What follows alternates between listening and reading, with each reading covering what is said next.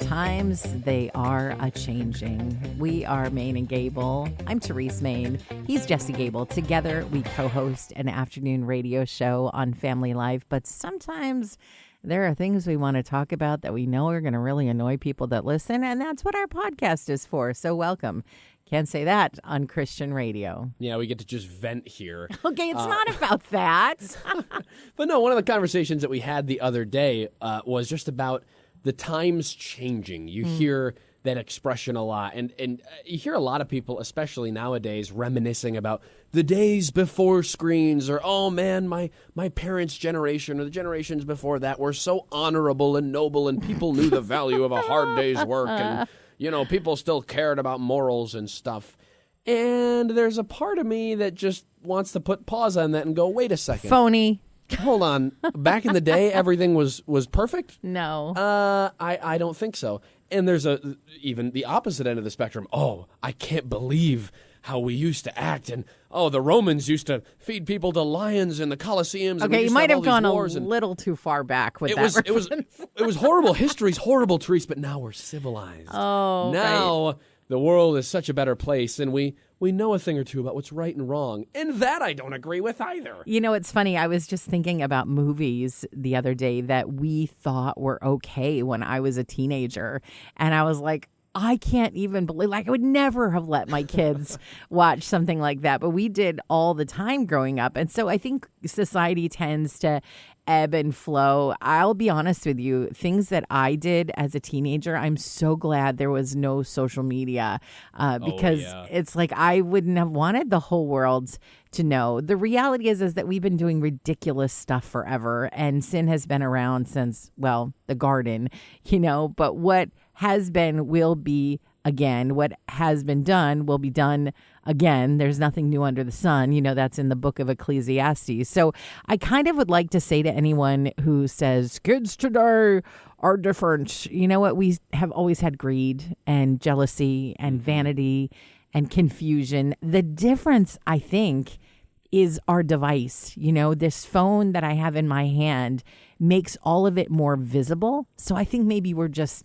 noticing more now and almost celebrating it more now. Yeah. Like the depravity of the world is almost like considered good in society. Mm-hmm. It used to be that Christians were like the good guys. And now we live in a world where it's like, oh, Christians are the bad guys.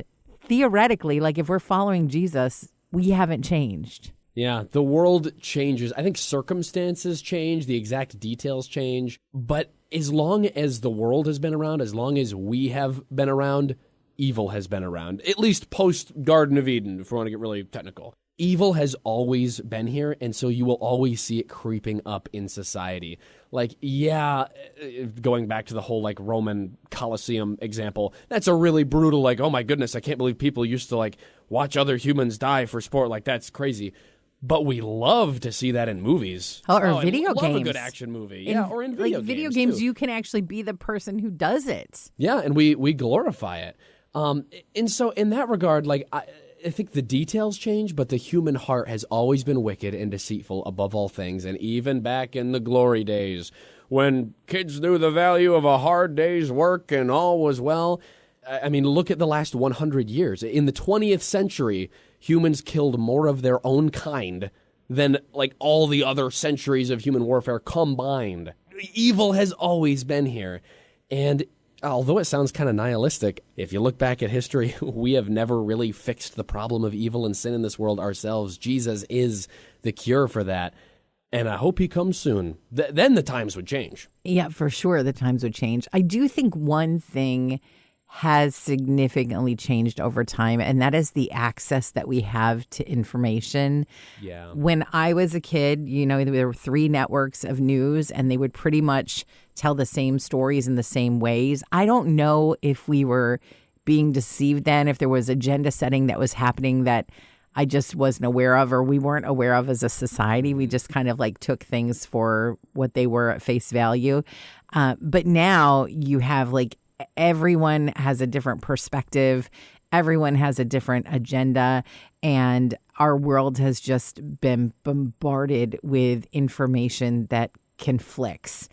And I have noticed myself getting so tired. Like, I'm just tired of the disagreeing. Like, I have like argument fatigue, and I'm not even really like getting into it with anybody. I'm just tired of hearing people get into it. I'm tired of going into a restaurant and having a server and wondering, like, would she agree with me or disagree with me? If she knew that I were a Christian, would she treat me differently because of the assumptions that she has based upon information that she has gathered that isn't accurate, And it's exhausting to me to constantly be wondering, like, well, what does that person think? And the thing that I don't want to let it do is make me kind of put myself in a Christian bubble, because it's very hard to be effective for the kingdom if you're only hanging out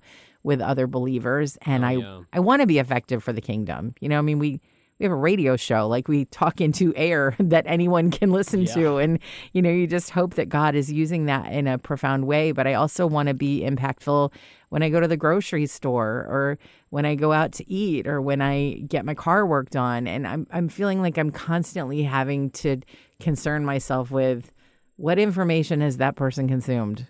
As a result of that, what do they think about me without even knowing me?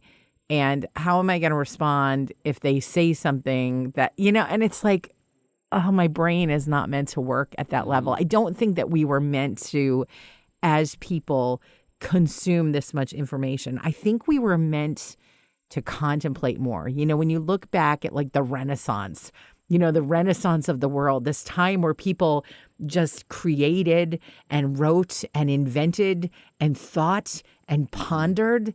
And it's like, wow. It would be so good to be able to like ponder a little bit, to talk with somebody and just say, well, what if this? But we don't live in that world anymore. It's like, I'm going to fire off 160 characters at you and then scratch my head when you don't change your mind. It's like we're not connecting with each other. And that does concern me. Yeah, we just had a recent episode of the podcast, episode 10, talking about, hey, nobody's ever won an argument in the comment section. You're not changing anybody's political views or views of Christians by being a keyboard warrior and, firing off those messages into the ether of social media. It's just not how people interact. Definitely human interaction is one thing that has changed over time. And my generation has taken it really, really hard. We get anxious answering phone calls. But talk about the times changing. I'm encouraged that there are hold on. I'm getting a call right now. Hello? Hey, Jesse. I wanted to see how anxious you would get about me calling you. Well, thankfully it's a number I knew. If it was a number I didn't know, then we'd have a real big issue. Is this going to create a feedback loop? I don't know what's going to happen. I'm encouraged that I think the negative aspect of screens and information and technology has been observed and is now being combated a little. I know a lot of parents...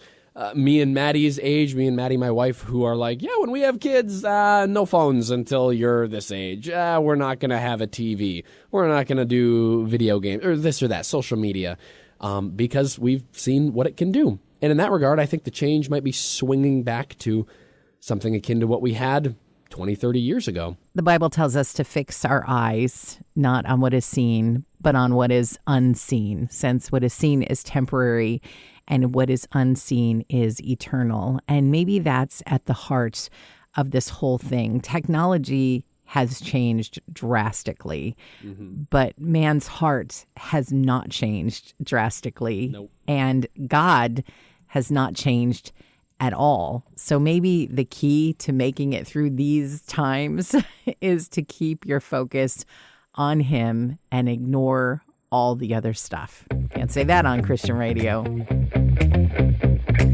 Thanks for listening. If you liked this episode, you could subscribe, maybe. And if you really liked it, you could always say so by making a gift to Family Life, the ministry this podcast is a part of. Just go to familylife.org and find out more about what we do. Our producer is Josh Yellen. How could we ever thank you enough? Did you know that Family Life offers a variety of podcasts? Get up to date with Family Life news, including the Noon Report and the 5 o'clock reports. or enjoy some family time with Family Life Kids. There's If That Makes Sense, a conversation for Christians in their 20s. They're all free and on demand at familylife.org/podcast.